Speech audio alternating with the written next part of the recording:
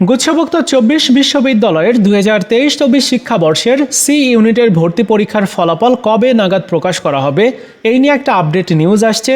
এই ভিডিওতে তোমাদের সাথে শেয়ার করব, এর সাথে কিভাবে তোমরা সি ইউনিটের ফলাফল চেক করবে সেই প্রসেসটিও দেখিয়ে দিব।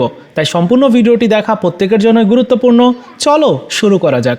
শুরুতে আমি সেই নিউজ আপডেটটি শেয়ার করব যে তোমাদের সি ইউনিটের ফলাফল কবে দিবে। দেখো বন্ধুরা, নিউজটির শিরোনাম করা হয়েছে গুচ্ছের সি ইউনিটের ফল প্রকাশ কাল, মানে আজকের নিউজটি। সো আগামীকাল হয়তো ফলাফল দিবে। এই বিষয়ে বিস্তারিত অংশে বলা হচ্ছে গুচ্ছভুক্ত ২৪টি সাধারণ বিজ্ঞান ও প্রযুক্তি বিশ্ববিদ্যালয়ের ব্যবসায় শিক্ষা অনুষদভুক্ত সি ইউনিটের ভর্তি পরীক্ষার ফল আগামীকাল রোববার প্রকাশিত হবে। এই দিন বিকালে আনুষ্ঠানিকভাবে ফল ঘোষণা করা হবে।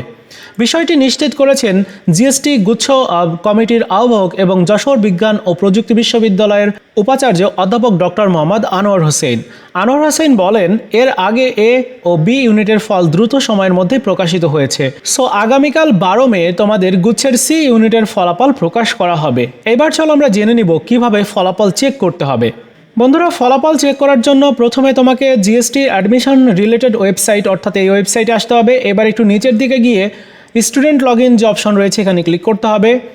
এবারে দেখতে পাচ্ছ যে অ্যাপ্লিকেন্টস আইডি এবং পাসওয়ার্ড দেওয়ার অপশন রয়েছে। এখানে তোমার অ্যাপ্লিকেন্টস আইডি পাসওয়ার্ড সঠিকভাবে দিবে। যারা ভুলে গেছো এখান থেকে চাইলে কিন্তু রিকভারও করে নিতে পারো। তো আমার একটা অ্যাপ্লিকেন্টস আইডি পাসওয়ার্ড রয়েছে। তো অ্যাপ্লিকেন্টস আইডি পাসওয়ার্ড সঠিকভাবে দেওয়ার পরে এইবার লগ ইন যে অপশন দেখতে পাচ্ছ এখানে ক্লিক করবে। এখন তোমার প্রোফাইলে লগ ইন হবে এবং ডান সাইডে অ্যাডমিশন টেস্ট রেজাল্ট দেখতে পাচ্ছ। এটার নিচে যে ফাঁকা জায়গাটুকু রয়েছে এখানেই তোমার রেজাল্টটা দেখানো হবে। তুমি কোন সাবজেক্টে কত স্কোর করেছো, টোটাল স্কোর কত, তোমার মেরিট পজিশন কত, এগুলো দেখানো হবে যদি তুমি উত্তীর্ণ হয়ে থাকো।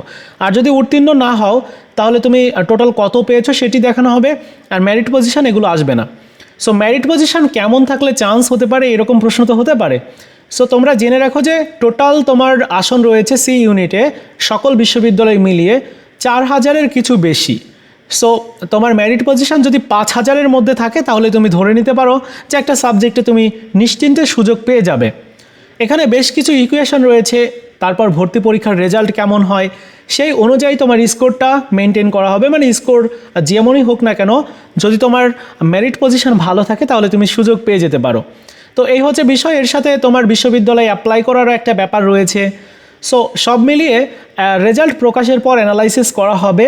এবং এ পর্যন্তই আজকের ভিডিওটি। আশা করি বুঝতে পেরেছো। ভিডিওটি ভালো লাগলে লাইকস, কমেন্টস এবং শেয়ার করবে। ধন্যবাদ।